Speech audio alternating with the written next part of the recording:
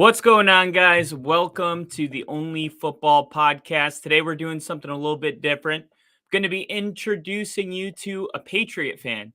That's right. I'm going to be interviewing him. It's going to be cool. It's going to be casual. Ginger's already in the chat. Stay tuned.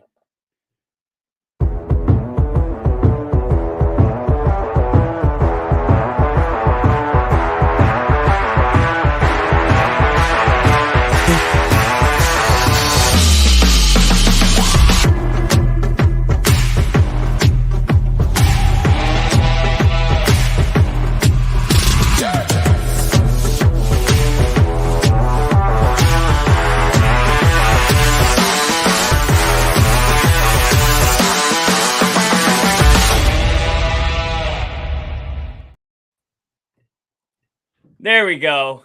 What's going on? Welcome to the Only Football Podcast. We got, wow, my phone ringing already. It's Adam Schefter status right now. We got Rusty with us. Rusty, first off, nice to meet you and thank you for being on this podcast. I'm really excited to get to know you and ask you some questions. So you're a Patriots fan, is that right? That's right, Kyle. Absolute honor and a pleasure coming over, staying within the Star 6 Media family. Some might know me from the Slot Shot podcast, a hockey podcast, and very honored to join you from Radio Row. I can see this week for Super Bowl coverage. So excited to be here. Don't mind the Brett Favre 91 draft tee. I got my Patriots Snow Bowl commemorative up there inside the classic. home office. So yeah, I'm a classic. You'll learn that. Yeah, I found that the best spot to get like classic one of a kind stuff is eBay. I'm a big eBay guy when it comes to my football merch. Actually, this hat I'm wearing right now is from the Packers Broncos Super Bowl. Oh, no shit. Well, that was a good one. Some lady had it in her garage and it was her grandpa's and she sold to me for like $3. A lot of Hall of Famers in that game. That was a good game. Yeah, one of the greats. So let's talk in the beginning. So I always ask this to every fan that I meet, no matter what sport it is, because I know I have kind of a unique story. I was born in Wisconsin, and when you tell people you're a Packer fan, oh yeah, we're gonna pack a lit together in the spirit of football. Like me and Rusty just met. And we were backstage before we went live, and he's like, "I'm gonna throw a lip in," and I'm like, "You know what, Rusty? I'm gonna throw in one too." So honestly, I'm skipping dinner right now, and I'm overdue. So it's gonna be a little grizzly wintergreen for dinner tonight. Little nicotine to suppress the appetite, right? So, like I was saying, being raised in Wisconsin, it's like voodoo to not be a Packer fan. And I'm a Broncos fan. So people always ask me, like, how did that happen? Most people assume it's because of Peyton Manning. It's not. But we're not going to talk about my story. How did you become a Patriots fan? Fair question, right? I grew up in Newton, Massachusetts, about 7 miles west of Boston. I grew up, my dad's definitely a big sports fan, but skews much more towards hockey. I'm the first person in my family to play organized football, and I just loved it. Like as like about a 5 or 6 year old, I just said, "Dad, I want to play football." He grabbed the ball to go chuck it in the backyard. I said, "No, I want to play real football."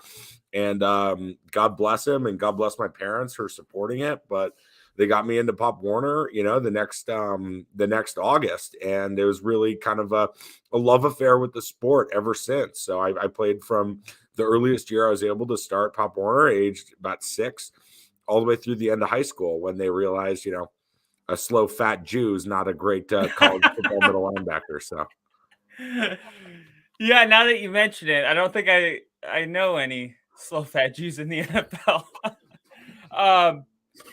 So, how old were you about when you started your Pop Warner? Because I remember when I was starting Pop Warner, there was leagues. It was forgive me if I'm wrong, but I think it was Tiny Mite, Mighty Mite, Junior Pee Wee, Junior Midget.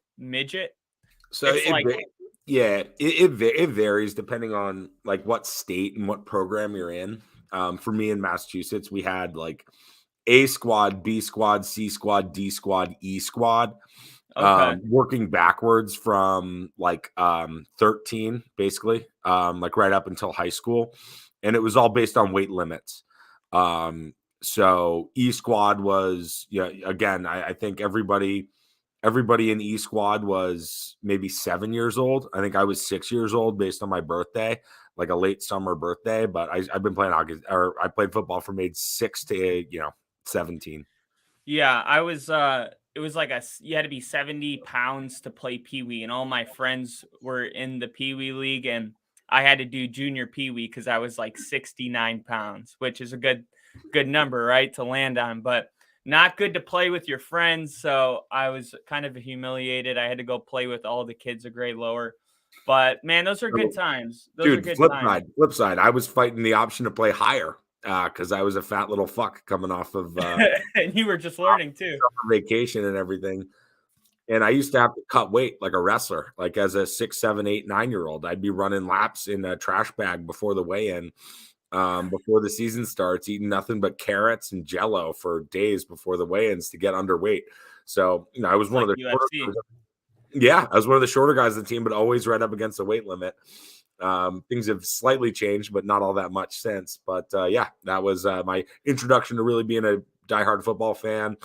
We'll get into kind of the Patriots, the fanhood, becoming fluent in NFL football and understanding how things go, which obviously evolved. But yeah, it's been a love affair since I was that old, and that was right around the time of the Packers Patriots Super Bowl, ironically enough, with the Brett Favre tee on. So Yeah, that is pretty ironic. So, do you care to explain that really quick? How you became a Pats fan? You no, don't it's have just to. no, it's just hometown team. So it's not that it's not that glorious. Hometown team. Yeah, that makes perfect sense. So, hometown team. When you were playing Pee Wee, who is the quarterback? Was it Drew Bledsoe? Correct. Okay, so that kind of leads me to my second question, which I put Tomboy because you were a boy still when Tom Brady took over. Um, do your earliest memories of Tom Brady? Did you know that he was going to be as great as he was when you were watching him? Maybe his first, second year, you were like, we got a good one," or was it like he won his fourth Super Bowl and you're like, "Okay, this guy's different." Like, when did you know Tom Brady was Tom Brady? So it's a great question. It's a great question for any Patriots fan, anybody that's being really fair and honest. Coming up, learning football, especially in my household, right? My dad's more of a Bruins fan, but he's also a Boston sports fan in the old sense of the term, right? Before my generation of championships, the fellowship of the miserable, right? That's really what our culture is as a fanhood across all the sports. It just is. And we don't give away our loyalty easily. That's like a key regional like pillar of being a legit New England sports fan. Or at least it was until all these championships started coming in. So having said that, growing up in my house and being myself an offensive lineman, defensive lineman, nose guard, interior lineman early, eventually a linebacker in high school, but I was never much into the pretty boys and the quarterbacks and all of this and that.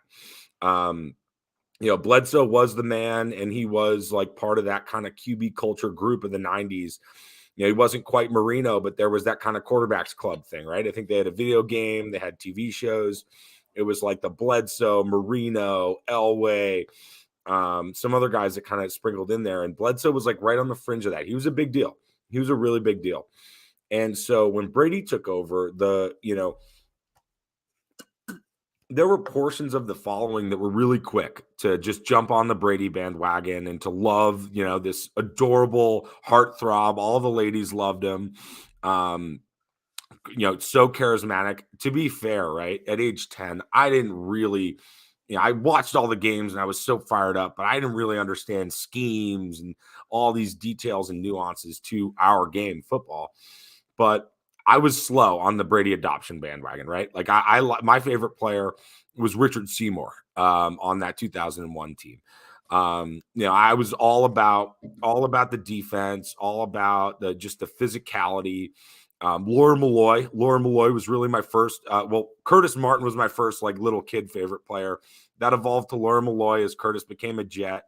And then, Richard Seymour was that first player that I got to do what he did, right? When I watched Laura Malloy, I was purely a spectator. When I watched Richard Seymour, I was like, I want to be like Richard Seymour. Oh, that's cool. That's cool. And so, in hindsight, and I go back and I watch a lot of the old games on YouTube, especially because the Patriots suck now. But I watched all these old games on YouTube, and there's some delineation points when Brady started to really prove himself as a legit player, right? And that is separate from my own appreciation for him. And so I don't think I was really Tom Brady's the man, our man, like the absolute legend. I don't think until really the end of the 3 out of 4 early, and even closer to after they won that 4th Super Bowl. He was really the best player on the team starting, I think, at the 3rd Super Bowl team. I think that was when he was really standing out as the straw that stirs the drink. Yeah. But they were still a power running team. They were still really strong in all areas of the rest of the game. And I always thought of him as kind of a complementary piece. So, like, when you look at even that first run to the championship, in that AFC championship game, Jason Gilden came down on Brady's ankle and he had to leave the game.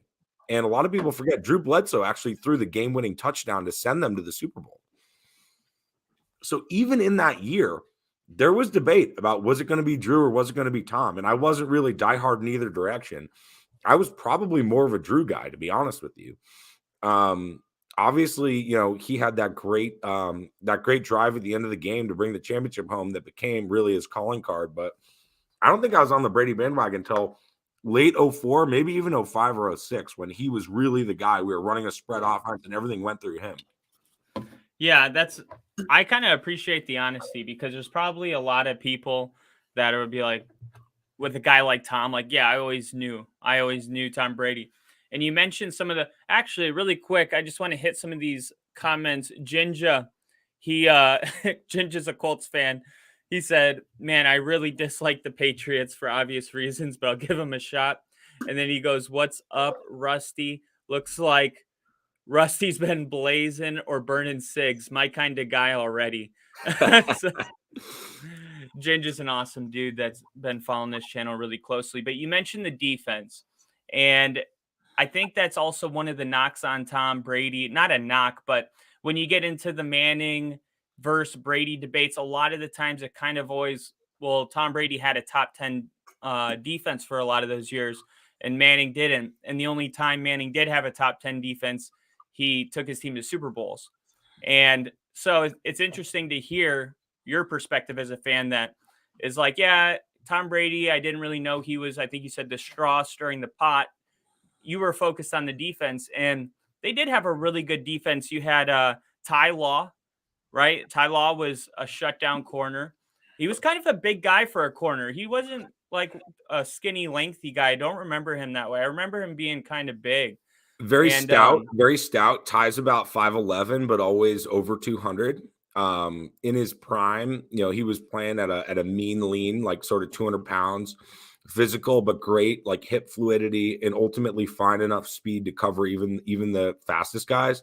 But he really dominated in a phone booth, right? He dominated jamming at the line of scrimmage, reading the quarterback's eyes. And he was a really, really special. He was great in man-to-man, and I'm not downplaying that at all. But he was really special when they would go into zone coverages and he would rough up the receivers at the line. Jinja Ninja might appreciate, the Colts crying to the league and changing some of the rules there. But, Ty was unbelievable there, jamming people, and he was really great at reading the quarterback's eyes afterwards. That's part of why Jinja Ninja might remember Ty Law caught as many Peyton Manning passes as Marvin Harrison did in one of those AFC championship games. Off the top ropes. Off the top rope. So, Teddy Bruschi too, though. Was Teddy Bruschi part of that group that you liked in the beginning, or did he come? I can't remember when he was drafted. Yeah, so Teddy was part of this thing all the way back to that Favre Super Bowl. So Teddy was drafted. He was really an outside edge rusher, if you can believe it, in college when he was at Arizona. Even at his height and size, it sounds crazy today thinking about it, right? A guy that's under 6 feet and not that freak athlete, but he was an edge guy. He came into New England, a really deep linebacking core, and kind of earned his spot and eventually rolled into that Mike linebacker position. But it was always him and Roman Pfeiffer on those 3 Super Bowl teams that were they were calling the plays and quarterbacking the defense and making all the calls for the front seven. And Brewski was definitely a big part of that, hometown favorite. In hindsight, he's a little bit of like the teacher's pet, like the coach's buddy guy. Yeah. But absolute legend, a lot of big time plays and big time moments. I definitely love Teddy. If you didn't love Teddy at that time in New England, then you were out to lunch. But I really like the bigger hitters, right? I loved Lawyer. And then when Rodney came and Lawyer left, that was an emotional tear.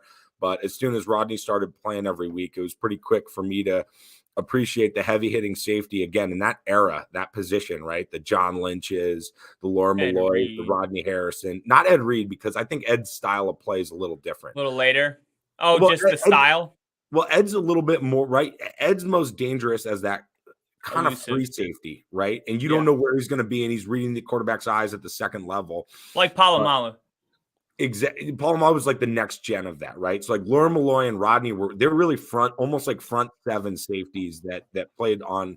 There was much a factor in the run game as they were in the pass game, and this was an era where the run game was a lot more influential than the pass compared to today. So right now, if Laura Malloy or Rodney Harrison came into the league through the draft, they'd probably end up playing Mike linebacker the way that Yeah. offense is today. So those are the kind of guys that I really gravitated to, and definitely love Teddy, but I was more into the bigger hits, Laura Malloy, Rodney Harrison types. Yeah. I mean, from what you explain about what you like, I could see why. I mean, it takes a man's man in that time to just from full speed. And I remember watching John Lynch, and he was actually later in his years, but in the 2005 AFC Championship divisional game against the Patriots, I remember watching John Lynch just run straight up and just clock the running back. I forgot who it was. I don't think it was Corey Dillon, maybe. But I just that physicality, it's just different now. The safeties you see, they're a lot more elusive. I think they probably have better hands. They're a little lengthy. Like we have Justin Simmons, he's like 6'3", but Great I mean, he's player, not a great player. skinny. Yeah, great player, but totally different style. It's You more know, like the length, right? You need a Justin Simmons to answer these new dynamic tight end athletes. At this time, your ideal tight end was like a Kyle Brady or like a Daniel Graham, or a Frank Wycheck. These guys were sort of tackle tight ends, right? So they were as much a part of the running game as they were the pass. And the evolution of the game, I'd say evolution. I'll just say as years have gone by, the game's changed because I certainly like the older style than the current, more so. But yeah, no, it's a great point. It's a great point. yeah, the 49ers actually are a pretty good example of that. I was watching the game against, I think it was Seattle, and I'm not a 49ers fan, but probably similar to the Brady love he got, I was on the Brock Purdy train. I just loved the story. I was like last pick, last round, but I digress. George Kittle is a fantastic run blocker. You see what he Iowa Hawkeye, most well-rounded tight end in the game today. Yeah, yeah. I was watching that game and I was like, I mean, even when they were playing, they play with Dallas in the divisional round. Micah Parsons, you would see, even when Kittle was going out, let's say he's running to a flat, he would go and chip Parsons, and then Parsons would get past that, and then he would get past the running back that's blocking and still make a play in the quarterback. And you're like, man, that ball that gets released right as Parsons is hitting him, if Kittle doesn't get a good chip on him off the line, The sack. that's a sack. That's Yeah. a sack. And yeah, you just see how good for the 49ers are at running the football. And I feel like George Kittle, he gets a lot of praise, but it's not really sexy. Run blocking is not sexy. So I just feel like it sometimes gets a little overlooked what he does. Um, But let's talk about Belichick, because obviously Bill Belichick is considered amongst the greatest coaches of all time. You do have people that like to talk about Tom Brady. Was it Bill Belichick? Who the hell's responsible for all the rings? It's a tough thing to say, because I feel like they both are responsible for the rings. And I don't like when you have to pick, because sometimes both things can be right. It's not one or the other. And the thing I get concerned about, and I'll read you something that Peter King wrote, who is well connected in the NFL. The thing that worries me just as a fan is that Bill Belichick, like you said you weren't using the word evolving, but what the game has turned into, I don't know if Belichick is kind of moving that direction, because you saw I mean, they're trying to run the football. They're not really that when you think of offensive guys, and if you saw in the podcast, I've even mentioned it when the playoffs were going into the divisional round, every single coach besides Sean McDermott McDermott from the Bills, he was the only defensive coach out of everybody remaining. So I do think that it's trending in a way where you want to have an offensive guy, just because the offensive position is becoming really important. They're protecting the quarterback. There's more points being scored. You have to have that side of the ball figured out. And Bill Belichick, to me, seems like ever since Brady's left, he really doesn't. And you could say, well, Cam Newton, some people say Cam Newton didn't get a fair chance. Some people said he wasn't being used the right way. I didn't even have it in here to ask you about Cam Newton, but I'm just going to ask you before I get into this. What do you make of the Cam Newton 1 year thing? Like, it's hard to evaluate what the Patriots are, because every year it's like, what are they doing, man? Like, you got Cam Newton, then you get Mac Jones, and it's like, okay, and then Mac Jones looked good last year, and he's doing the gritty at the Pro Bowl, and you're like, maybe things are going to be okay. And then this year it's like, okay, we're back to scratching heads. But what do you make of the Cam Newton thing? Yeah, I mean, it was really it was a roller coaster of emotions, right? The Brady's departure and all of that. We don't need to get into all of it. I'm sure we'll circle back. But as soon as Newton was signed, he was like the last guy left, right? So there was no plan when Brady departed. That's a huge mark on Belichick. It goes all the way back to the Garoppolo stuff and how that kind of how that transpired, and the friction between Belichick and Brady around planning for the quarterback position for the future, and how can we bring the success from one quarterback to the next quarterback. And obviously Brady continued to play until he was 45 years old, which I don't think anybody really expected, myself included, certainly. So shame on Belichick for not having a plan at quarterback and pushing Tom out the door like he did, which is a fact. Having said that, in the moment, like the announcement that Newton was coming to the Patriots, it was like, at that point, like we had no one on the roster to play the position. So I was stoked that we had Cam Newton coming in, only because like what he was going up against in that quarterback room. There was no quarterback room. So as the season, started and got going, there were moments of excitement. You saw bursts of it. And I started to really get behind the idea of us being this kind of power running team that ran Newton a lot, that played good defense, that was well coached, that could really, win in a different style of game, which I was into early. That very quickly was exposed because Newton his mechanics suck. And they couldn't run any bit of the offense that they'd run for the previous, whatever it was, 20 seasons at that point. And it became just an absolute train wreck debacle that was, honestly, that year got at points was just as bad as this past season of Patriots offensive football. So there's where I'm at with Cam Newton. I don't want to spend necessarily much more time on it. Yeah, there was it's funny that even came up in the first place, because just to close the book on Newton, I turned on Cam Newton when he fumbled away a game in Buffalo, when I forget what it was something like a 4-point deficit, chance to go win the game in Buffalo territory. And it was just a careless possession of the ball fumble that he had as a runner that blew the game, lost that game, and the rest of the season turned into a 500 thing. So that's where I'm at with the Cam Newton moment. I don't want to call it an era because it was really a moment in time. Yeah, it's like here and gone. But nobody was more excited than I was to hear that Jones was announced a starter and Newton was released the following August.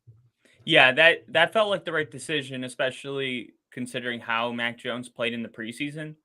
Like he looked good to me when in the preseason, and you kind of already know who Cam. As far as I'm concerned, and I'll close the chapter on this too. Cam Newton had his career destroyed by one single player in Super Bowl 50, and he was never the same. And you can go Is it back Vaughn or DeMarcus? Von Miller, yeah, 2 strip sacks. I mean, he just and that it was really that decision not to jump on that fumble. I really think he never recovered from that. That was just Career such defining a moment. Career defining career moment. exactly. And you see a lot of these players have those. Real quick to hit the chat. Jin just says that was an elbow drop. You can tell the Colts Pats hate is real. And Ginger bringing up something in the 05 season. He said McGinnis was a hoe pulling a fake injury at the goal line against us around 05. As a non-member of the rivalry, are you familiar with that one, Kyle? I know, but I can imagine. Is that because you're out of timeouts, so you fake the injury, or is it to slow the offense down? Yeah, so it was again that peak Brady Manning era when they would play every regular season as division winners, right? You know how the schedule works. And so those games basically became the de facto decider of who's going to have home field in the playoffs, right? So whether it was week 2 or week 14, those games, both teams circled because they knew they were going to take care of business everywhere else. Every player involved in that, every coach knew those games are going to decide which stadium the championship was played in. There's a big difference between the Dome playing outdoors in Foxborough at Gillette in the playoffs, especially for Manning. I mean, for both teams, really. But Manning was like terrible in cold weather. And so that specific game was in the RCA Dome. I want to say it was 04. It was the 04 season. Manning leading a drive down to win the game, something like a 4-point lead, right? Which is the best. It's the best situation in football to me when an offense is down 4 with it's touchdown to win, right?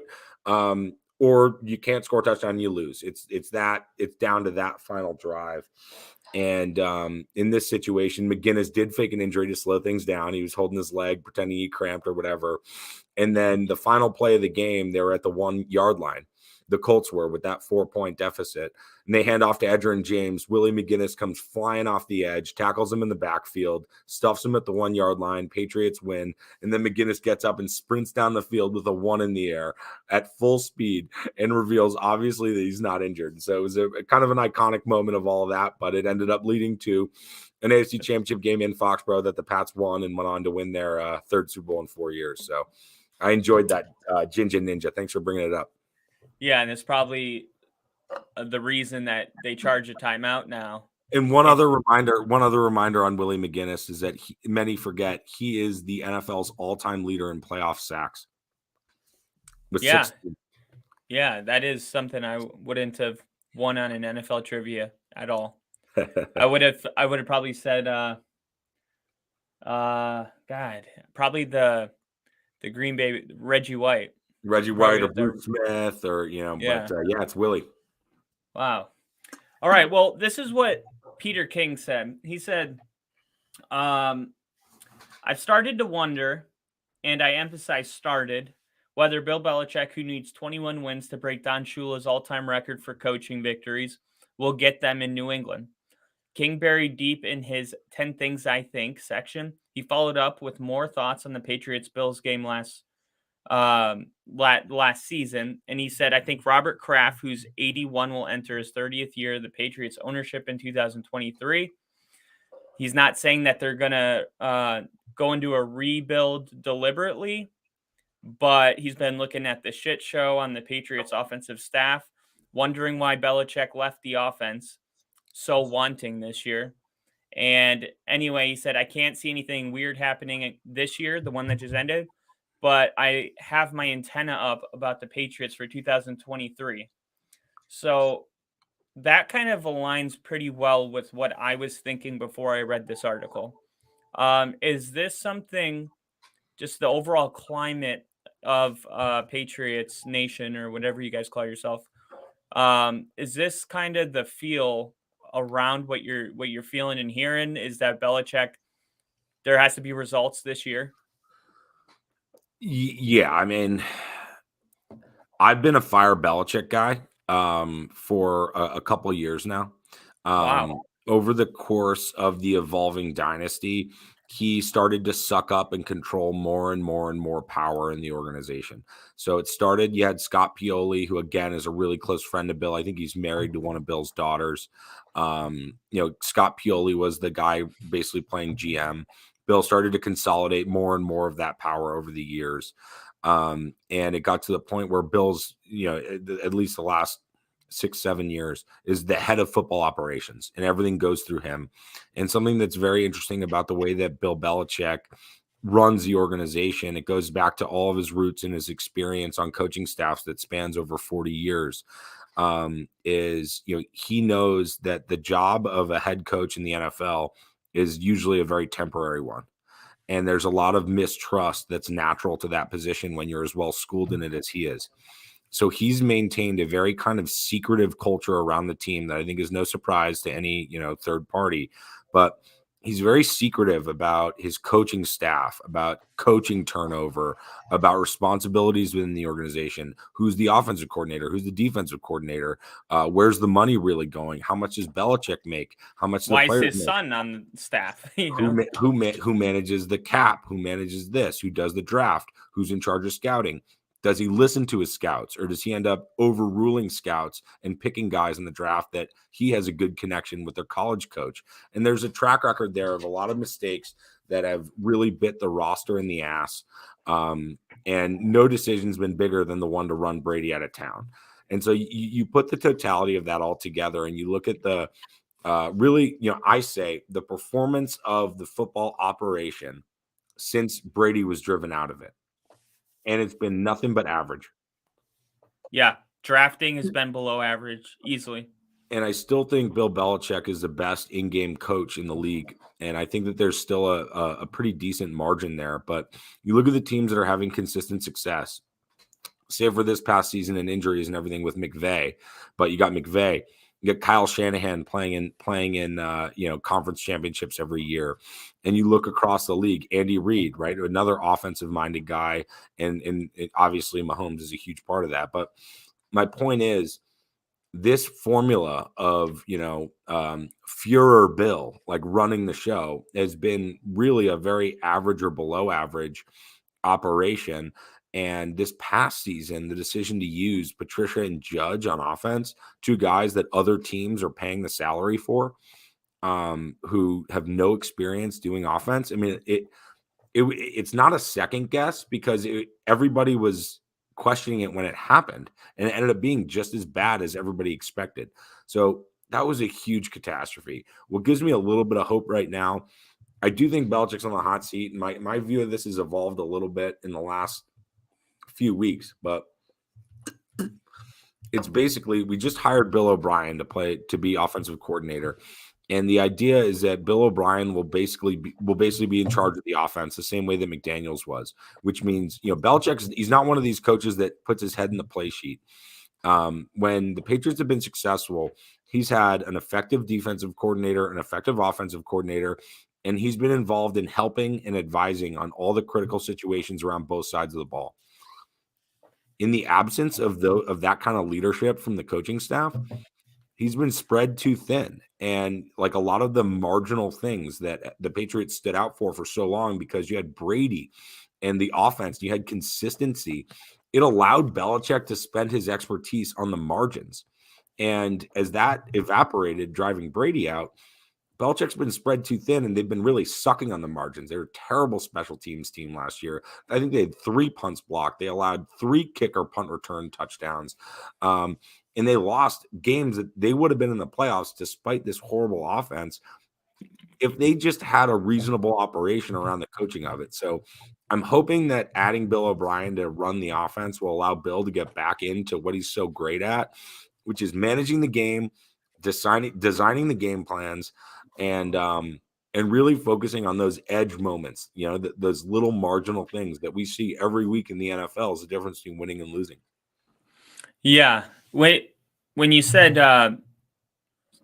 Bill Belichick, as far as coaching, is one of the best in-game coaches of all time. I The don't best. remember I was trying to find it while you were explaining, but I couldn't find it. But I don't know. You probably will remember. There was a game against the Broncos. It was in Denver. Denver didn't have a quarterback. They were down a quarterback. They were going with, I think, a third stringer. And Belichick purposely had the long snapper hit his own goalpost to do an intentional safety to punt the ball back to Denver and play field position. They got the ball back and scored and won the game. Do you remember? I'm assuming, Totally. yeah. Absolutely. Right off the goalpost. I remember that one. And it was a Monday or a Sunday night game, primetime Yeah. game. I want to say it was the year 2006, something around there. Yeah. And to me, that's a perfect example of when you have Brady, it allows Bill to do and think and operate in those little moments. And so what we've seen since Brady's been out of the organization is we've lost that edge, right? We've lost that ability to sort of weaponize Bill's specialties into these little nuances. And so that's a great example. And I think that goes back to all of it. I've seen so many. And the other thing, too, is growing up in New England, the time that I have as a fan of the Patriots, right? We've all become a little bit of like football snobs about what's good football, what's bad football, what's good coaching, what's bad coaching. And I watch these teams that have these awesome rosters and these elaborate offenses. And when it gets into crunch time, I still see stupid decisions happening all the time. For example, AFC Championship game, gotta have it. 3rd and 8. 3rd and 8, Joe Burrow dropping back. And his coach, Zach, whatever his name is, Zach Taylor, he's too buried in the playbook thinking about the pass routes. He's got freaking Chris Jones one-on-one with the tackle. And he just eats everybody alive and ruins the game and ends it. And so, number one, Brady was the best ever at knowing that and knowing how to manage things and get the ball out quickly. But also, Belichick would never let an offensive scheme and an offensive plan in a crunch time moment and game like that come down to saying, let's trust our right tackle to block Chris Jones one-on-one with our season on the line. He would never let that shit happen. That's why guys like Dwight Freeney and a lot of the other elite Hall of Fame players the Patriots had to get through, they never wrecked games. And the reason they didn't is because of focusing on those and everything working together. Von Miller, 2015 AFC Championship game. That still came down to a chuck to Gronkowski in the back of the end zone that could have forced overtime, right? Yeah, I know. They were there at the very end of it, but that's I'd a close Von to Miller wrecking was the game thing. But you kind of get my point, right? Like there was a plan Totally. there. Somebody you mentioned Kittle, right? Kittle chipping, whoever it was last week, right? And like that's those kinds of little marginal things, they add up huge. And that's been the weakness of the team since Brady left. And that's been why I've been down on Bill. But now moving forward, I'm not the biggest guy about all these records and these lifetime achievement awards. I'm focused on championships and winning, and that's what I care about. So last year, before the season, before all the coaching BS, any honest Patriots fan would tell you this entire season's about Mac Jones's development. Huge fail, F- grade. This year, we're almost back to where we started. Now we have a real offensive coach. Now this year is all about Mac Jones's development and making the decision on whether or not to extend him on what's going to be an extremely costly franchise quarterback post-rookie deal extension. And today, if you ask me, I'd say no, don't pay Mac Jones. He hasn't proven it, but he hasn't really gotten a fair shot. So this year is a really critical year for Jones, for the offense, for Belichick. If this year's offense looks like last year's offense, Belichick could get fired. Yeah, that's fair. The only thing I think is with all those intertwining things that you mentioned about his son. I mean, Belichick feels like more of a dictator. Like it doesn't seem like there's a healthy chain of command going on in New England at all. And I feel like however it ends, it's going to be really ugly. And we'll see what happens. How much power Bill really has with Robert Kraft getting older. It could be interesting. But Kyle, on the flip side of that, like waving a wand and looking through rose-colored glasses, I could see it not ending ugly. Like I could see O'Brien bringing some stability to offense. I could see some real legitimate conversations going on about Belichick's succession plan. I could see Jones taking a huge stride this year and eliminating some of the dysfunction. I could see this year being a 10-11 win team that has a competitive playoff game or two.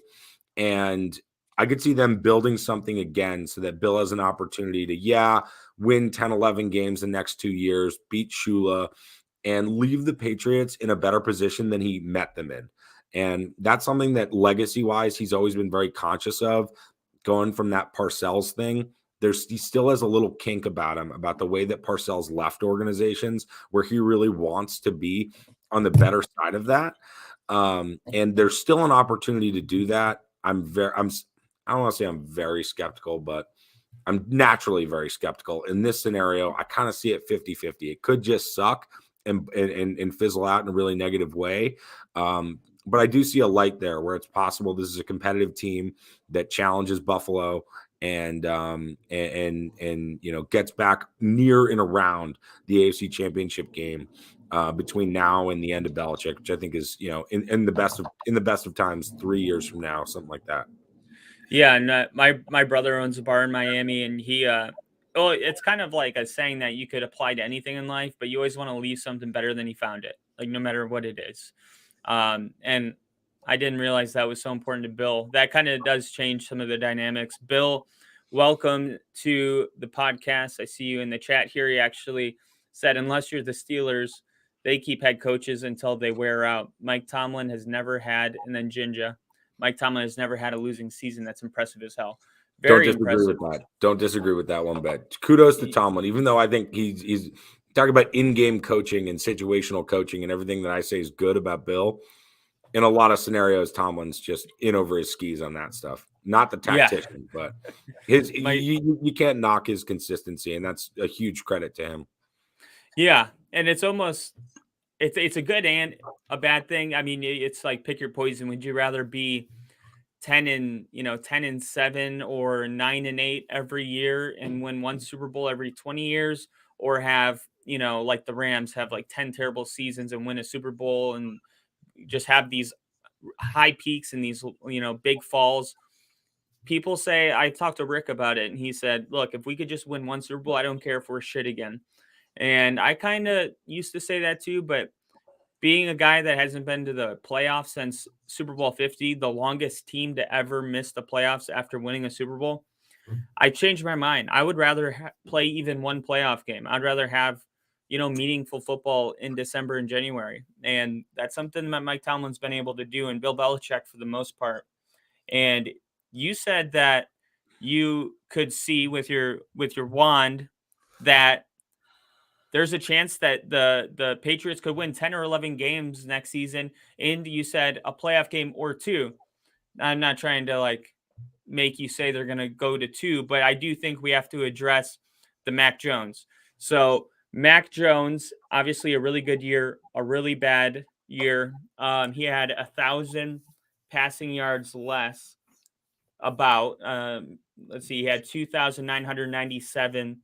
And Kyle, I'm not a big stats guy. I think waving a wand here to simplify things. Back to the wands.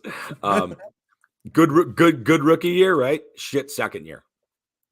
Yeah. So, but I feel like, does that mean something? Because I kind of do like stats, but I don't like just stats. I like to see stats and also combine them with, like who is the offensive coordinator? What kind of weapons did they have? Is there a reason for the digression? Or is this player not getting better? And across the board, this season was worse. No matter how you want to slice it up, it was worse in every statistical category. They didn't throw a fourth quarter touchdown pass until that Raider game. Yeah, and we know how that one ended. That was like week 16 or 15. I mean, that's insane. It was a disaster. It was ugly. So what do you attribute Mac Jones's decline to, I guess, is what I'm saying. And do you wholeheartedly believe, or did you lose some confidence with what happened this year in his ability to continue to mature into? I'm not saying he's going to be Tom Brady because nobody really will ever be that probably, but will he be a serviceable quarterback that can lead you to a Super Bowl? I feel like that's all that matters. Can this guy win a Super Bowl at some point? If he can, we'll keep him. Like Rick said, oh, get rid of Daniel Jones. He said that last year. And I said, well, hold on. Now, before you do that, you got to remember how terrible the quarterback carousel is. When you get on that thing, you realize that things aren't better on the other side. The grass isn't greener. The grass is greener where you water it. And sometimes you just got to invest in what you have. What do you feel about Mac Jones, and where's his ceiling moving forward? I'm glad you brought up Daniel Jones, because you know who Daniel Jones, who was involved in Daniel Jones's regression year? Same Joe same Judge, OC, Joe Judge. who was a quarterbacks coach last year, who has no experience running quarterbacks and nothing but a Look at that. disaster. Right. So, I believe Mac Jones can be a franchise quarterback. I do. I'm not super confident in that. This year is really the prove it year. But if you look at last year, it's not that complicated. What's the title of the guy that usually runs the offense? Offensive coordinator. They ran, and they didn't have an offensive coordinator title, and they didn't have anybody with offensive coordinator experience. And the result was an uncoordinated offense. You had receivers running in the same spot. You could even see it on the shitty broadcast with the limited cameras. Don't get me started on the NFL and the cheapskates and the BS around the business. But you could see, all right, beyond the stupid attempted zone blocking running scheme that they never really implemented. They wasted weeks and weeks and weeks in preseason trying and failed. You could see receivers running their routes and the timing of their routes and the spacing of their routes. Two guys being in the same place on critical 3rd and 4, 3rd and 6, got to have it plays in situations that win and lose games. And so the way that Jones handled it was less than great, and it didn't necessarily reflect well on him, and it gives me some serious doubts. But ultimately, the lack of coordination of the offense is what I give the majority of the blame to. And this year, hopefully, Bill O'Brien's leadership can bring a coordinated offense together, and we can see Jones return to form and hopefully be better than he was as a rookie. Give them the confidence to commit to him and not go back into the quarterback carousel. Having said all that, this guy Hooker from Tennessee, who tore his knee up, I'd love to see the Pats take Hooker in the 3rd or 4th round, something like that, or a player like that, so that there's a QB in waiting situation where you can develop a project piece and have a backup plan if things don't go well. So that's where I'm at with Jones. Yeah, and I don't know if you heard, but a story came out, and it was a real story. I hate saying story because it makes it sound like it could be real, it could be not. But Mac Jones was calling around asking for help with the offense, and apparently Belichick didn't like that. And on one hand, being a person that just went through an entire season with Russell Wilson having his own private quarterback coach and all of these other things that aren't necessary, I could see how, hey, let the outside be the outside. We're going to handle our business in the outside. Don't mix the worlds unless we're all going to sit at a table and talk together.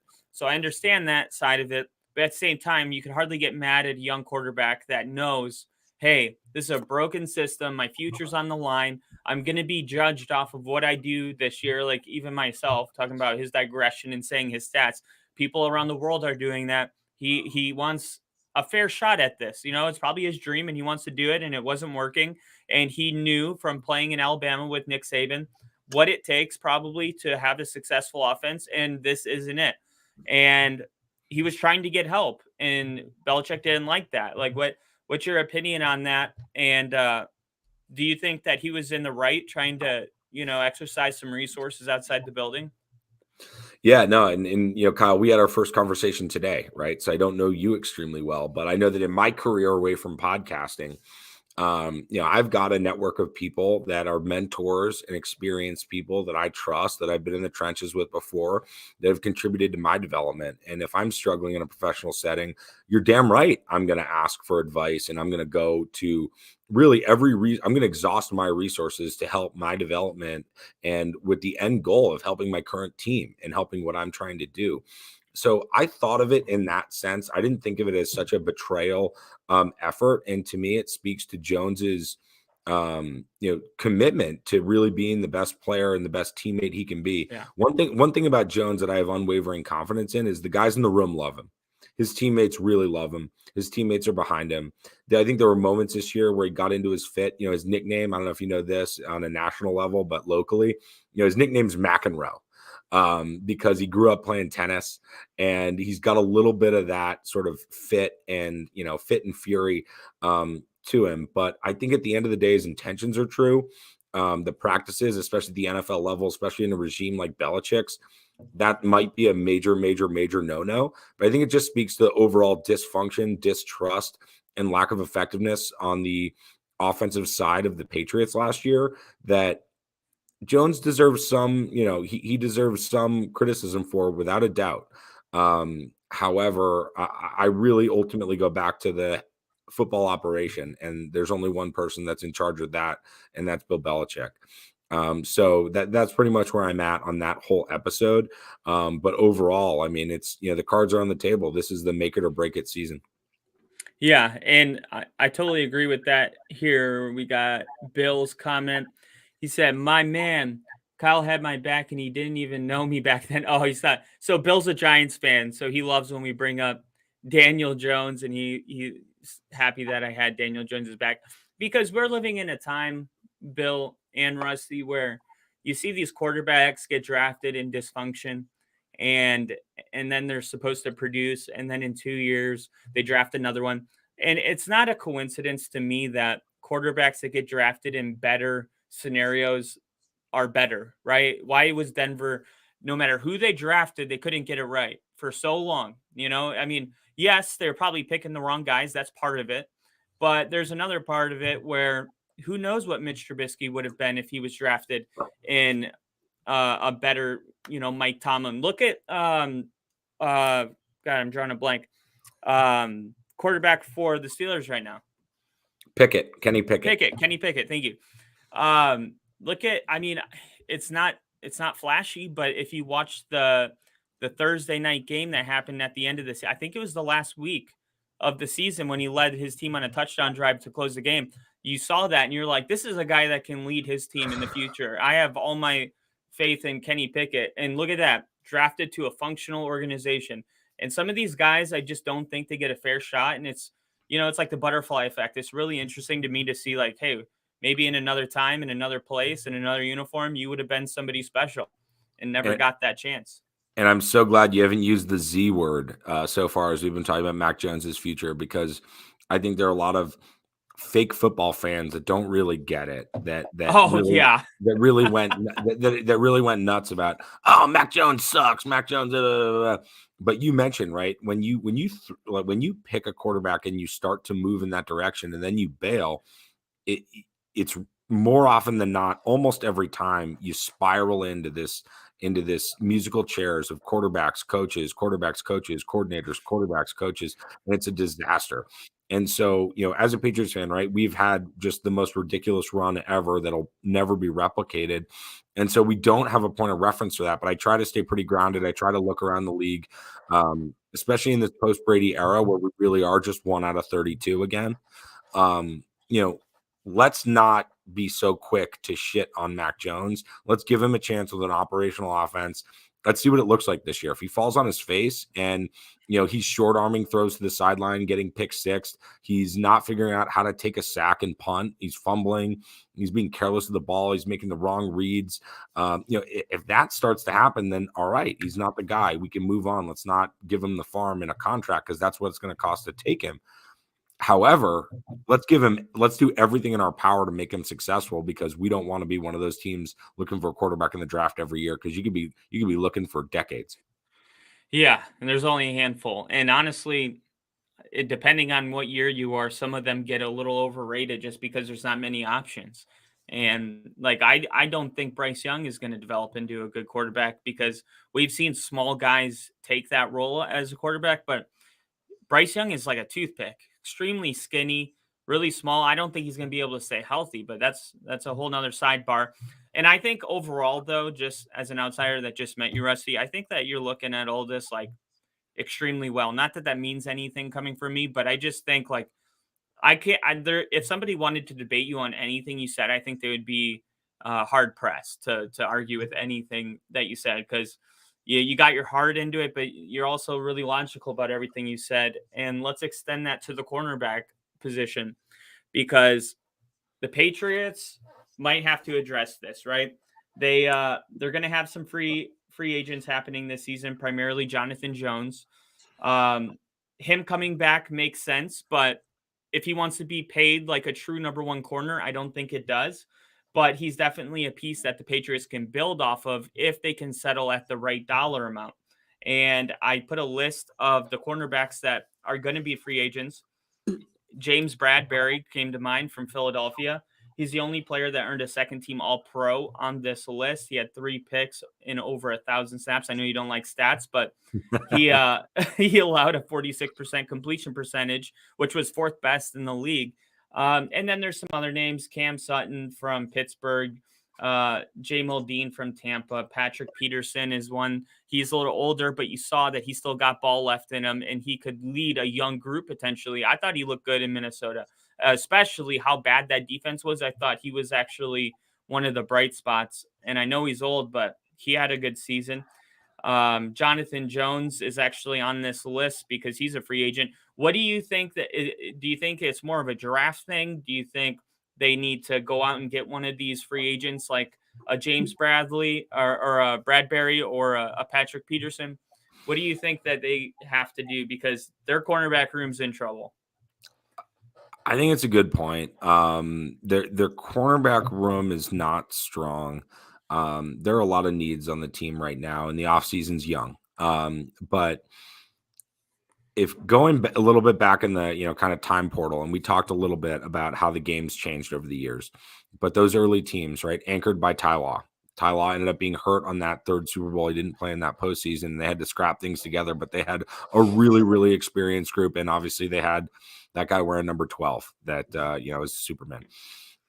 Then the Patriots went to 2 championships, 07 and 11, and played in a number of AFC championship games where they were bested, and they went a 10-year span without winning a championship. And one of the big hallmarks of those teams is they never had the guy at corner. Went out and got Aqib Talib, and that was almost good enough. I still have a huge problem with that Broncos championship game when they allowed Peyton Manning's noodle arm at that point in his career, and they didn't jam receivers at the line of scrimmage, and they allowed him to fire it off underneath. That's one of my – I don't want to even go down that rabbit hole, but my point is they got back into the championship mold when they brought in Revis, who's not my favorite person, but was a hell of a player. And, that season – started to kind of re-anchor them. They went on to win 3 championships in 5 years. And it's not because Revis was a cornerstone of all of that, but it was a dedication to understanding the balance of the team and having a balanced roster and having a balanced team. And so when I look at the current cornerback room, Jonathan Jones is a really good piece. He's really fast. He had the injury season. He missed the whole year last year and then came back, 2 years ago. Was back this year and forced into some scenarios and some matchups that just didn't play well to him. I think he's really good. I think he's a great slot guy. He's proven that slot position is really difficult and tough, and because the guys can go inside, outside. There's no boundary to guard against. My opinion is still evolving about whether or not in the moving forward NFL that you need a shutdown corner. Frankly, I'm not sure shutdown corners exist anymore. Jalen Ramsey. Well, let me just get the point out. Like, I love Surtain, right, and I love Humphrey, and there are a handful of guys that are really great, but like these wide receivers in like the passing game and the way that the offensive football is gone, you're going to play really good teams that have just ridiculous talent catching the ball. And so I think the answer is about pass rush. I think it's about pass rush and it's about scheme and not allowing quarterbacks to sit back there and throw it. And so I'm like, you asked about corners. And like in this era, I don't think a fix-it move is bringing in a big money corner. Like I'd love to have Bradbury. Don't get me wrong. I think that'd be great and huge. But I think it's more about depth in the secondary. There's some young corners we brought in that are promising. Marcus Jones has been, he played a little bit of offense. He was great on special teams, returning kicks. And he's shown a little bit of a spark. Again, smaller guy, not going to be that number one. There's another guy, Jack Jones, that they brought in from Arizona State. He was like a 3rd or 4th round pick. Former 5-star recruit, went to USC, got caught up in a botched, I forget if it was armed robbery or if it was like passed out in the Taco Bell drive-through thing. But he got kicked out of USC. He's got some character flaws, but he's been he showed a lot of promise this year and kind of lost his way. So those are 2 young players that have some promise, but I agree. I think they're 2 to 3 healthy bodies at that cornerback position from being in a good spot. And if that means going to free agency, great, but I think it needs to be supplemented to the draft. And I also think that this pass rush needs to continue to be invested in with Judon and keeping Uche around and continuing to kind of scheme up the pressure on quarterbacks, because I think moving forward, nobody can cover these wideouts anymore. You need to get pressure on the quarterback. Okay. I could agree with so you're just saying like, yeah, cornerback's cool and all, but if you can get a good pass rush, they won't have the time and you're going to get beat once in a while, no matter how shut down your corner is. You're just saying the pass rush is more important than having a shutdown corner. You're not saying that they don't really, because we play Devontae Adams twice a year. But we also with Surtain went on like 4-game stretches where it was like Surtain's given up 1 catch for 15 yards in the last 4 games. And you're like, well, if that's not shut down, I don't know what is. I mean, but then he had that 1 game against the Panthers where DJ Moore, he had a bad game. He just had a bad game. And that's why he was first team all pro. I've seen firsthand. So like the it's funny though, because the Patriots, like you mentioned, they don't really do cornerbacks. Like you mentioned Ty Law and you said Darrelle Revis and Aqib Talib, but there's not like, I think those are all journeymen, right? Because none of those guys besides Aqib Talib. Well, two of the 3 are Hall of Famers. So I wouldn't say yeah. I'm just saying, like, you didn't draft them. They're not homemade. Right. Well, Ty Law was. But Ty Law was. 2, yeah. And Champ Bailey wasn't drafted to Denver, but he was traded for pretty early in his career. As far as I'm concerned, he's a Denver Bronco, and that's why he's in the Ring of Fame. But Denver is a place that's known for their cornerbacks, because most of our life we've at least had one, right? We had Champ Bailey, and when that was over, there was the no-fly zone. And they've always had solid cornerbacks. Yeah, you had Talib and Chris Harris, right? Yeah, that was Chris a good Harris unit. Jr. But you always had Von Miller in the pressure too, and so they're very complementary pieces, right? So that's all part of pass defense. Yeah, extremely. I was thinking maybe that kind of goes into it. Like the expectation in Denver is that we're at least going to have one really good cornerback, like, and it's just really fun to watch too. Like, just it's good television. Like when you got one corner. When Von Miller was playing, my eyes were locked on. I feel like everyone has one player that you really love that your eyes are just locked onto when the play's happening. And this year, it's Patrick Surtain. Like it's amazing to watch how quick he can, even when he gets beat, his ability to make up and just get back in, and his length, and it's really impressive. But that's a top 5, top 10 pick, right? I mean, you got Surtain pretty high up there. Yeah, he was really high up there. We drafted him. The Cowboys were going to, and that's why the Cowboys got Micah Parsons. So it was really high up there. But yeah, it's hard to get those guys. So let's move on to the running game, okay? Because you guys did, I would say, the highlight of your whole year from an outsider was the development of Ramondre Stevenson. Really quick, Jinja and Bill, just want to thank you guys for being in here, enjoying this. I'm going to hit some of these comments really quick. Ginger said, hey, Rusty, the fake football fans you're talking about with the Z word were mostly New England fans. Mass holes. That is true, because I concur. And then Bill said, But yeah, I jumped on the Purdy bandwagon to leave. Love the kid. Okay, so into the Purdy conversation. They're saying he might be back in under a year, getting a repair from the Texas Rangers doc. That would be good. I'm really curious. I'm going to be following that closely this offseason to see if they go with Purdy. I feel like he probably earned that, but Kyle Shanahan knows what he's doing. And he says, to your point, Kyle, just look at Eli for a decade. Even after winning Super Bowls, people were down on him. That is true. Like when you think of a Hall of Famer, a lot of people don't think of Eli Manning. And a lot of people would say why, and a lot of people would have answers. Like I feel like you can make kind of both sides. I never thought Eli Manning was an elite quarterback, but I felt like he got the job done. So why does it matter? I mean, what's your take on that? Is Joe Flacco elite? No, absolutely not. No.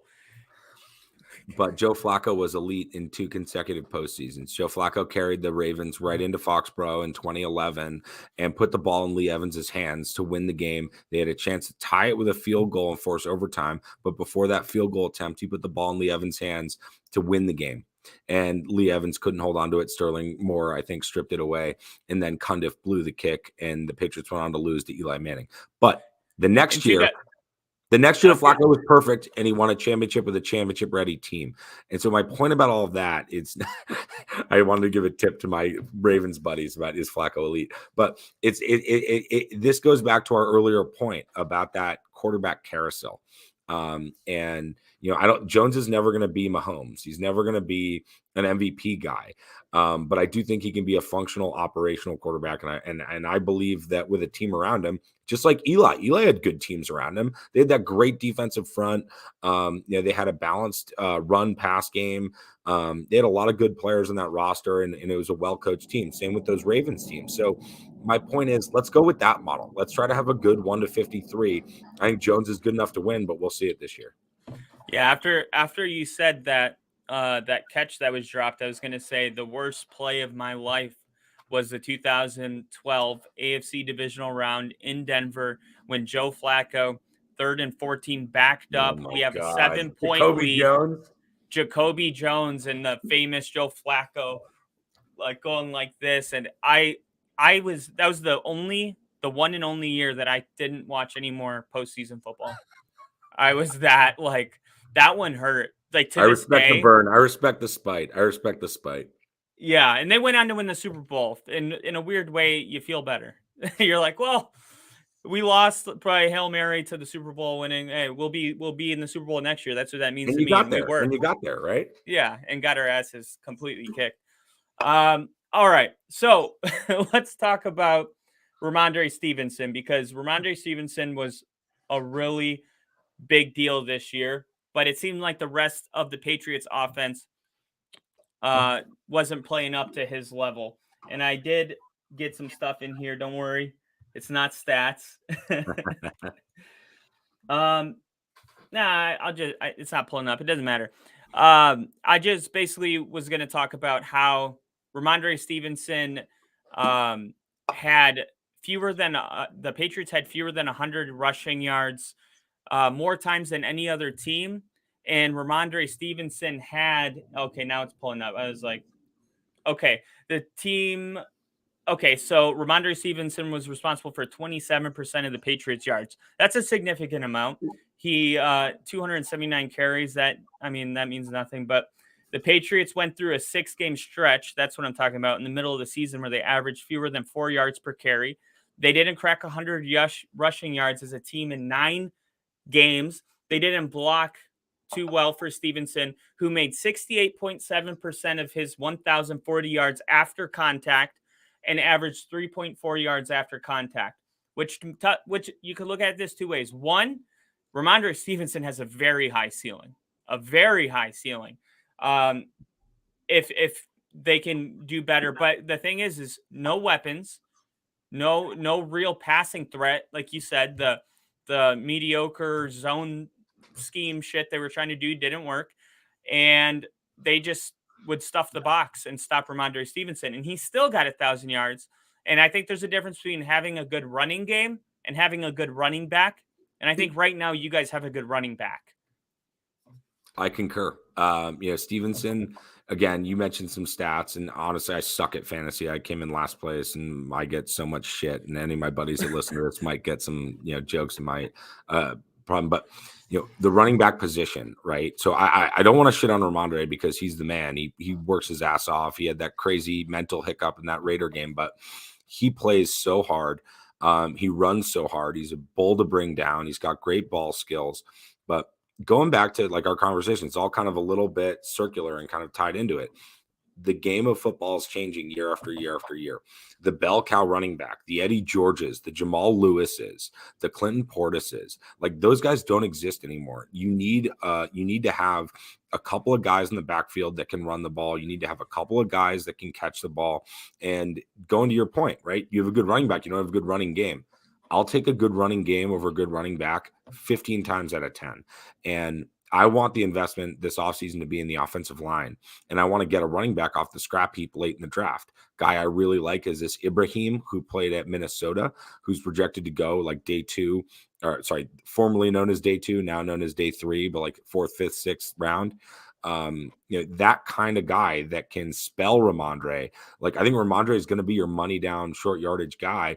But the fact that he put up the numbers he put up and shared his share of the pie and the workload that he did, it speaks to all my prior points about an uncoordinated offense, about a bad plan. His yards after contact, they weren't even blocking well for him. So let's get a tackle in the first round of the draft. Let's look to free agency and trades to get another tackle. Let's invest in this offensive operation so that we're setting up Ramondre Stevenson and whoever else we bring in, because I think Damian Harris has probably played his last snap as a Patriot. Really? Just because contracts are up, and my opinion is if you give a running back a second contract, you're an idiot. I'm with you on that. It breaks my heart because Ramondre's given his blood and guts to this organization, and he's going into a contract year. And I don't want to see him run ragged and get hurt in week 12 because he's on pace for another 300 carry season.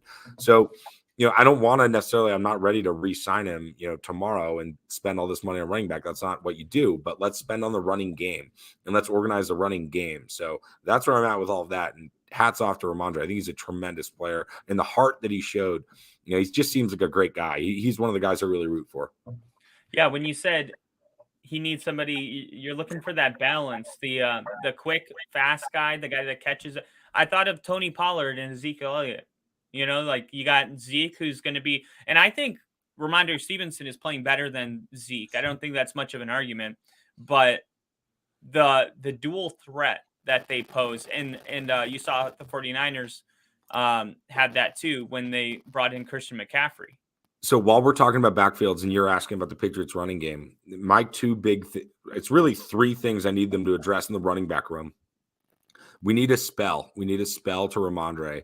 That is a slasher, right? A guy that carries the ball. This Ibrahim from Minnesota kind of fits that mold. A guy to just keep the running back fresh in the running game. We also need a fullback. We went away from the fullback this past year for no good reason. And obviously you just riddled off a million reasons and stats why that was a disaster. It was a disaster. Let's get a fullback. Let's get a spell running back. And let's also get a pass catching back. Ramondre can do that, but it's not it's not the best use. There's a guy who played at Northwestern, last name Hull, who is, I just saw him in a couple of Big Ten games here locally. He's not super flashy. He's kind of like a Rex Burkhead type. He's just, he does a little. No. He's not like a big bruiser. I say Burkhead because he's great in the passing game. I think he can run routes almost in the slot. You can come out and create personnel. Darren Sproles.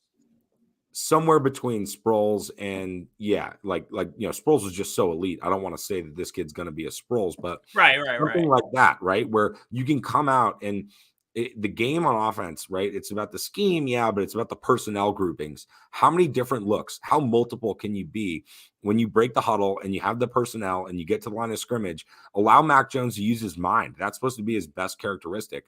Use his mind to decide, looking at this front, looking at these personnel matchups, do we want to run it down their throat because they're light and they have too many defensive backs on the field or 210-pound linebackers and we want to mash them up? Or are they too bulky? Do we want to get a running back on the outside in a matchup with a linebacker that we can exploit? Patriots always had those guys. Shane Vereen, James White. Almost nobody's better than James White. Danny Woodhead, Kevin Falk.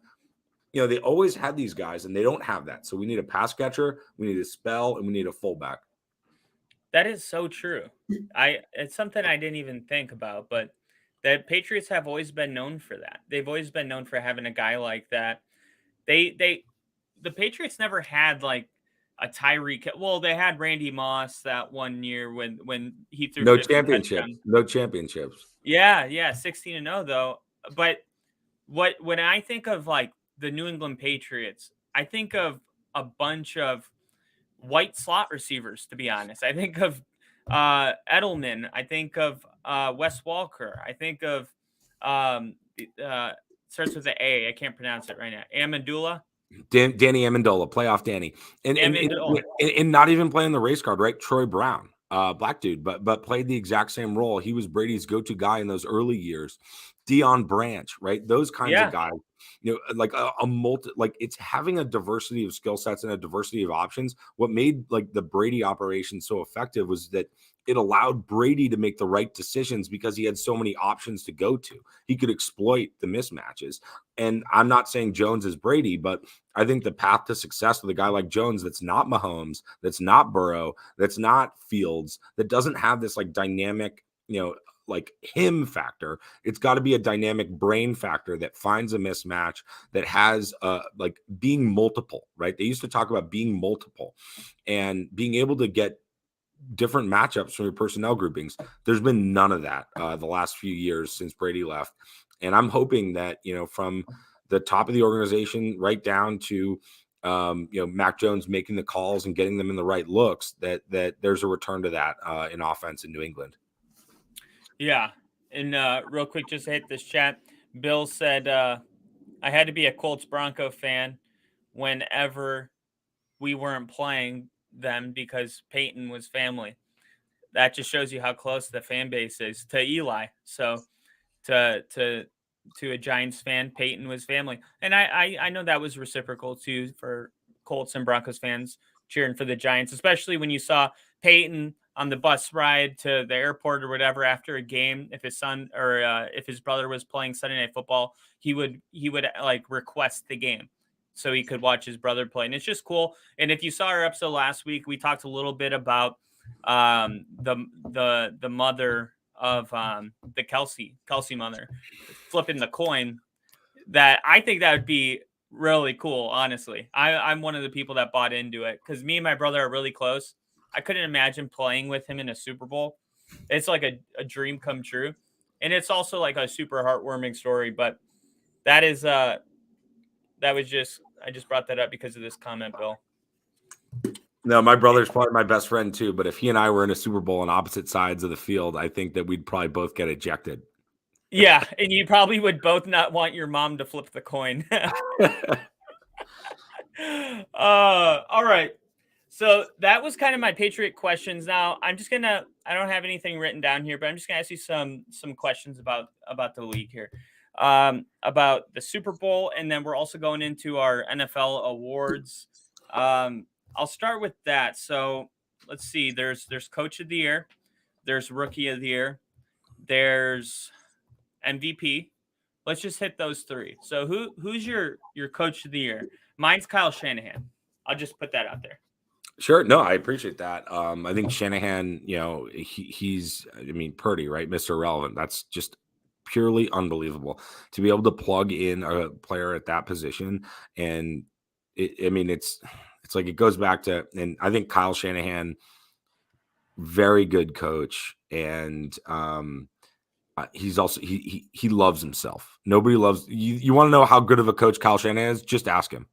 And so I think that this like Purdy event sort of is reinforcing his belief that it's not the quarterback, it's the system. But yeah, that's sort of a different tangent. I think he's a great candidate for that.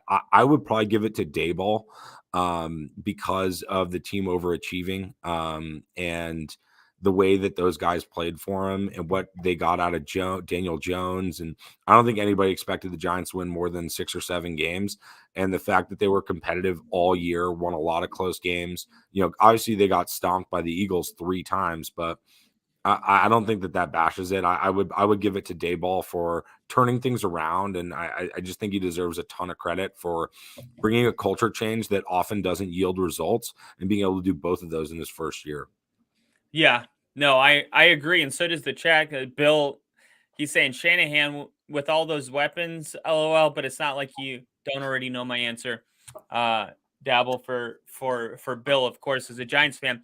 It's not about the weapons to me because I had God. By the end of this, you're really gonna hate me because I know how much you hate stats. But here's my But other thing. While you're looking at the stats, my other thing too, yeah, like to Bill's point about Shanahan, like that's a sick roster. That's the best defense in the league, right? So yeah, like I do think Shanahan deserves a ton of credit, but when it comes to coach of the year, I think it's always about kind of doing more with less, unless there's some albatross team that just dominates. And that's why I go Daboll there. It's because that roster is so strong. I think they've done such a good job in the whole organization in San Francisco. But kudos to Shanahan. I'd probably give him runner up, but I'd go Daboll there. yeah, and this is what I wrote about the weapons. This was something I wrote like 6 weeks ago. It says San Francisco has weapons, but don't lose sight of this. The 49ers are 42-19 in games started by Jimmy Garoppolo, including the postseason. They're 9-29 when others like Trey Lance, Nick Mullins, C.J. Beathard, and Brian Hoyer have started. So my point was kind of that. Look, they have a lot of weapons, and I understand that, but Kyle Shanahan's ability to simplify the offense for not just Mr. Unlimited himself, but going into the season with the Trey Lance and the Jimmy Garoppolo and juggling that and getting Jimmy to stay and getting Lance to go out and then getting Jimmy to just come in and be happy to play. And then with him going out and then Purdy comes in, it's like, you know what? I think if it was almost any other quarterback besides Kyle Shanahan, this would fail.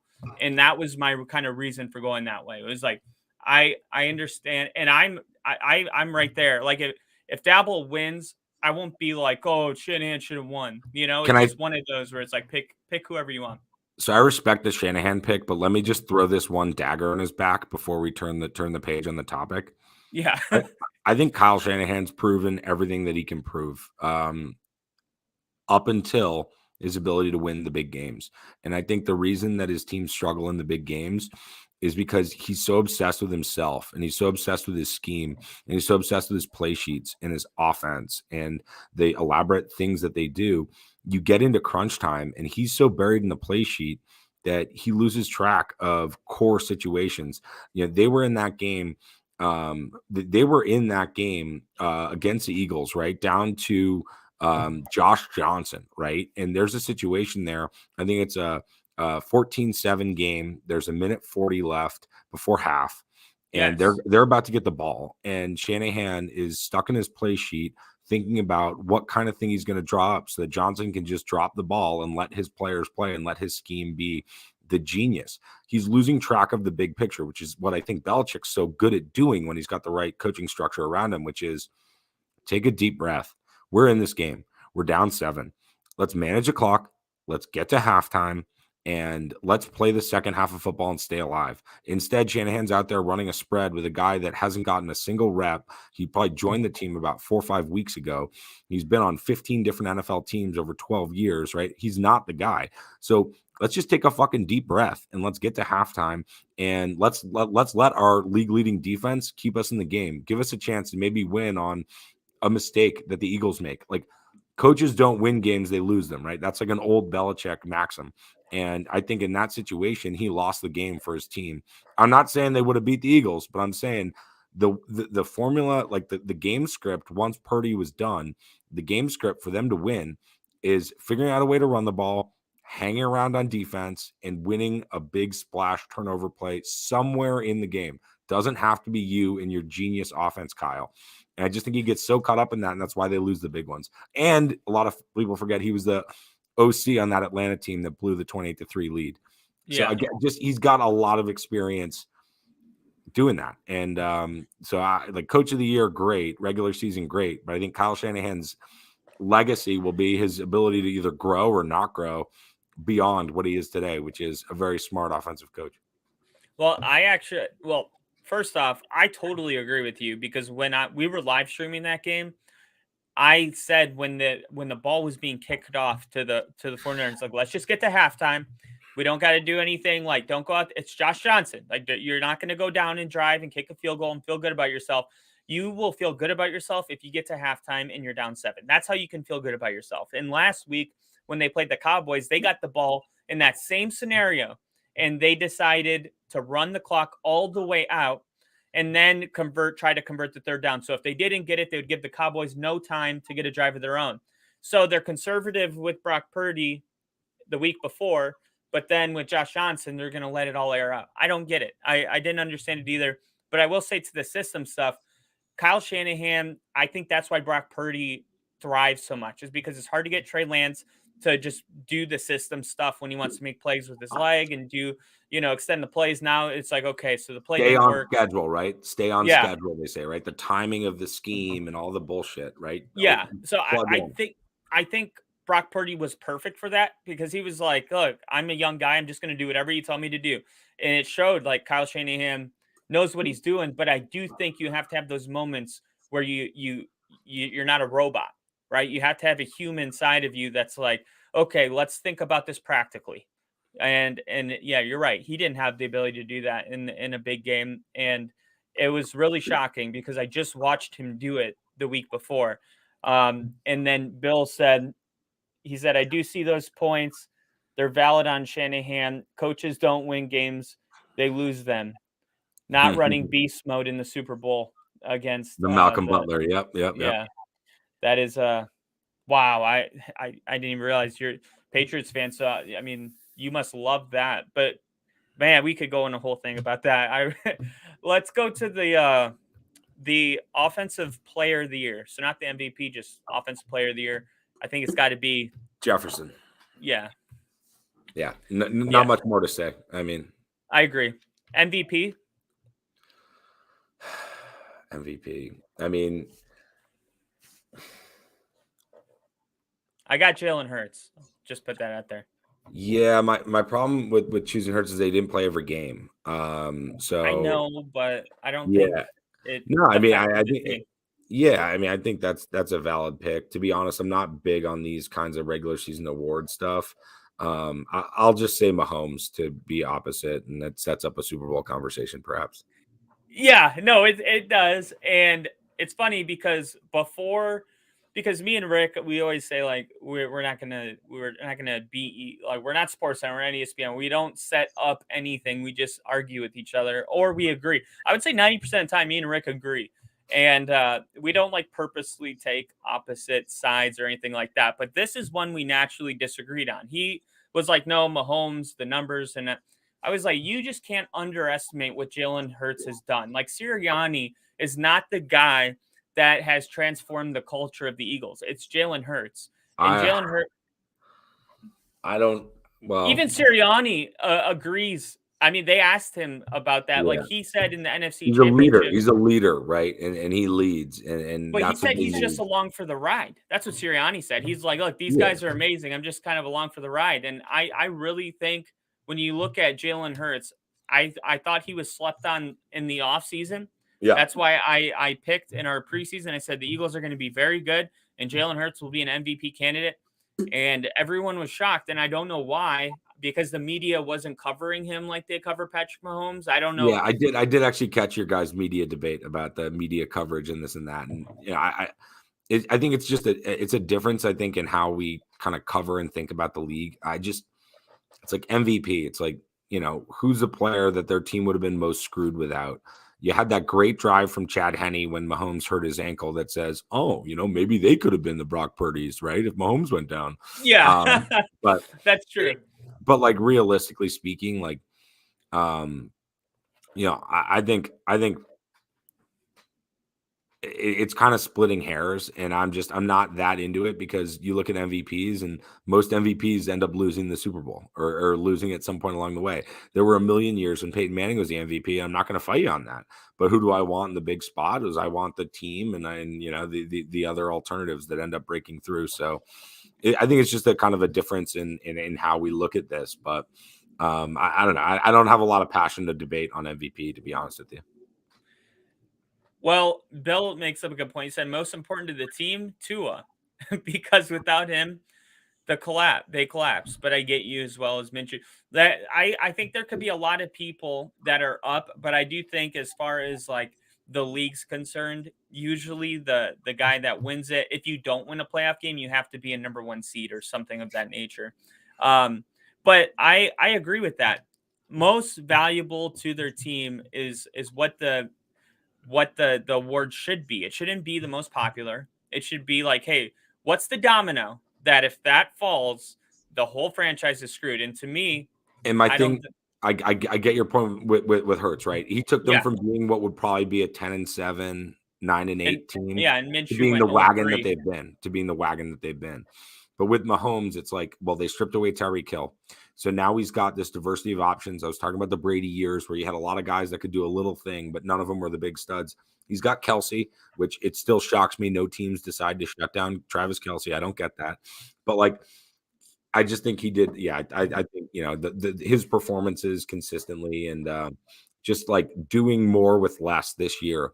Because I think the world of what Tyreek Hill does on the football field. I want to stress that on the football field. Um, he's so dynamic, and you strip that away from everything that they've known there, and the fact that they were still able to be successful. I think it all goes back to Mahomes. Yeah, yeah, I think you can make an argument CMC deserves to be in the conversation. I think the Niners were what were they 3-4 or 4-3 when he got traded and they never lost until last Sunday. And they were definitely a totally different team. That was the trade of the year. That was one of those trades where you look at it and you're like, what?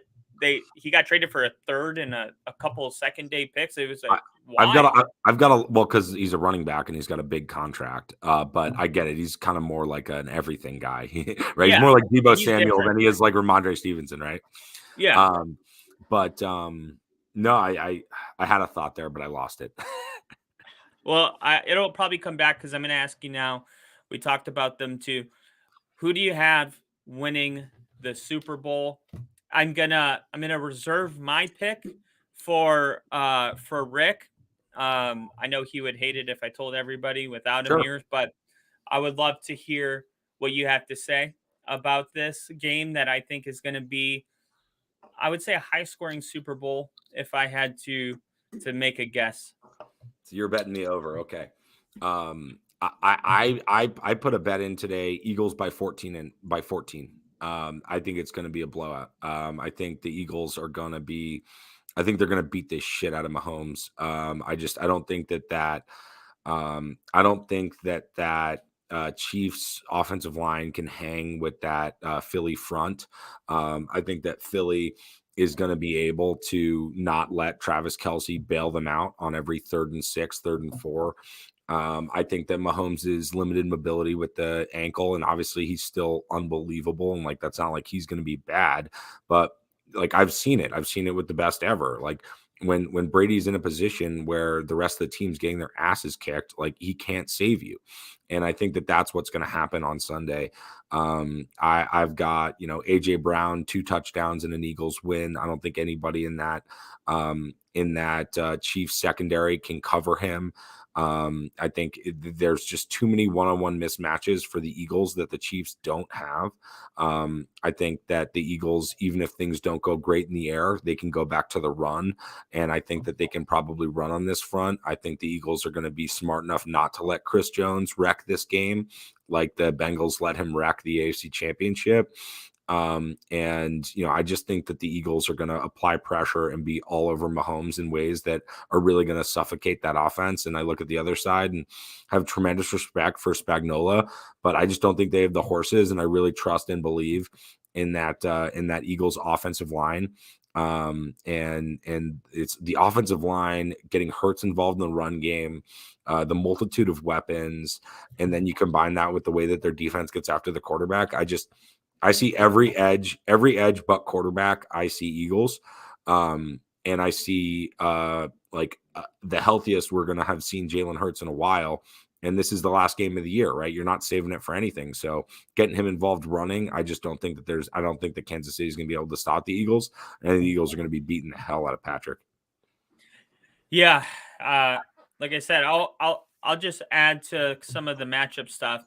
The Eagles had the best passing defense in the league, and they're the only team that their front four has 10 plus sacks each player, which means they got a bunch of dogs up front that are going to be winning at the line of scrimmage. And then on the flip Wet, side, Cox, Riddick, their yeah, linebackers can run, their secondary can cover. I mean, that's tough. yeah, it's going to be and then on the other side, the Chiefs defense is historically bad right now. They're ranked last in red zone, 31st in passing yards. Like they are so bad defensively, but they pulled together 2 games in a row where they held their opponent to 20 points. That counts for something. Um, But even, I'm sorry, I didn't mean to interrupt you, Kyle. no, I was just gonna say that counts for something because it's the Bengals, and I do think they could have done some things better. But Jacksonville and the Bengals, 20 points, that's not bad. But they're about to play. I just think the Eagles are a different. I'm not trying to give my pick away, but I do think the Eagles are a different animal. Um, and look, I don't think that there's going to be much of a debate with this going forward with people, but you got to. I'll leave this one window open here. Is that you said it yourself? I think they have the edge in every single area besides the quarterback. Well, that counts for something too for the Chiefs. And I do think the guy that touches the ball every offensive play, we've seen people will themselves to victory, and we know the Chiefs can rise to the occasion. We've never seen Jalen Hurts play in a Super Bowl. That's something that we haven't seen yet. But And those are so with Hertz who's not played in the Super Bowl, but both rosters still have a lot of guys that have played in the Super Bowl, right? So I think there's sort of a shiny new, like being in the first Super Bowl and having a roster of guys that haven't been there is a huge disadvantage. It's a different game emotionally. The way it draws out, how long it is, how long halftime is. Halftime in the regular season and all the way through the championships is 12 minutes. Halftime in the Super Bowl is 40. There's all kinds of fireworks inside the building. You come out to start the second half, and it's hotter in the building than it was at the end of the smoky. first half. No, seriously, and like these are real things, and like fatigue factors in. You can be too hyped up, and you can fade late. There are a lot of kind of elements there on the margins.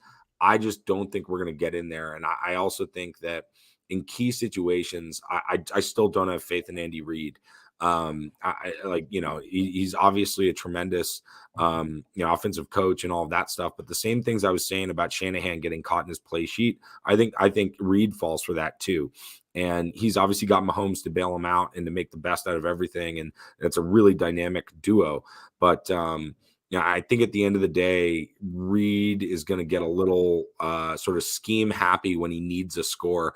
I think that's going to open up doors for guys getting more pressure because Reid doesn't want to leave an extra guy in to block because he's so excited about this exotic route combination that he drew up, in the 2 weeks that they had to prepare. So that's basically where I'm at. Yeah, and Jinja, before I close out here, I just want to thank you guys for being in here. And he says, so Jinja, real quick before I hit that, he says Chiefs by 6. And then he says everybody but quarterback, but you have Hurts as your MVP. I do think that you can have a lot of talented players on a team and it not translate into wins. And I do think Jalen Hurts is kind of the walking coach's son cliche, not overlooking opponent. They asked him when he was 7-0, how do you feel about being 7-0? He's like, no one loved us last year, so I don't want him to love us when we're 7-0. And he just has this like uncontentness with winning week in and week out. Next opponent, he doesn't overlook anybody.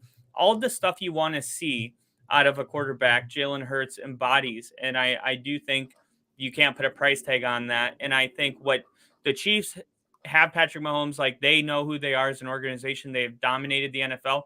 The Eagles are kind of, they've dominated the AFC. They've dominated the AFC. That is fact.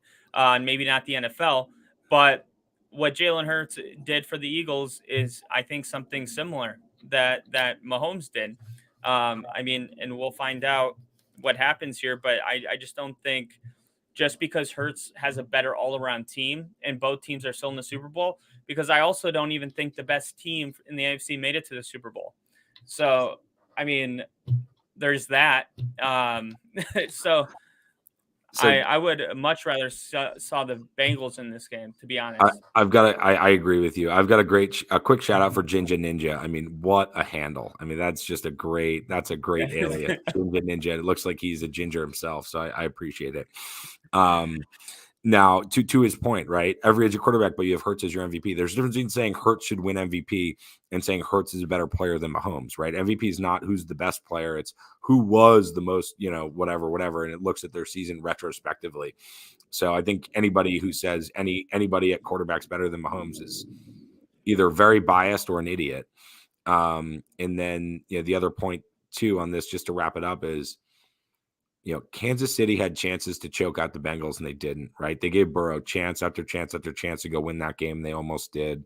They let Jacksonville hang around, right? Until they fumble flopped down on the goal line. That could have been a really tight game. Those are both at home. Those are at Arrowhead. Now we're at a neutral site. You got a bigger, badder team that's deeper. And that's pretty much where I'm at there, Kyle. Yeah, it'll be fun to watch. Rusty, is really good to meet you. I hope we have you back on. I had a good time. Did you enjoy it? Likewise. Yeah, man. Great host. Thanks for having me on. I've enjoyed the podcast from as I've listened throughout the season. And I mean, let's keep it in the Star Six family. We're running the Slot Shot podcast, a hockey podcast. And that's all been going very well. But I'm available to you and to Rick. Whenever you guys need me, just let me know. If it works, it works. And I'd love the opportunity to come back on if you'll have me. Yeah, no, we definitely will. And for you guys listening and people that are going to listen in the future, once we end the live stream, follow us at Star6 Media. Go ahead and subscribe. Tell your friends about the channel, your coworkers, your family. If you guys are enjoying it, maybe they'll enjoy it too. And you can follow me at Twitter at FTBLONLYPODCAST, only or football only podcast. And then follow Rick at And Now Rick, ANDNOWRICK. You got a Twitter handle, Rusty? Yeah, my Twitter handle is Rusty Pedroia. Pedroia like Dustin Pedroia,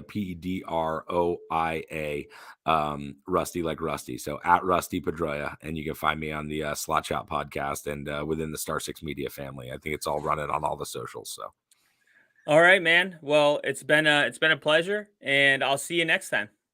Likewise, buddy. Thanks. Enjoy the game. Absolutely. See ya.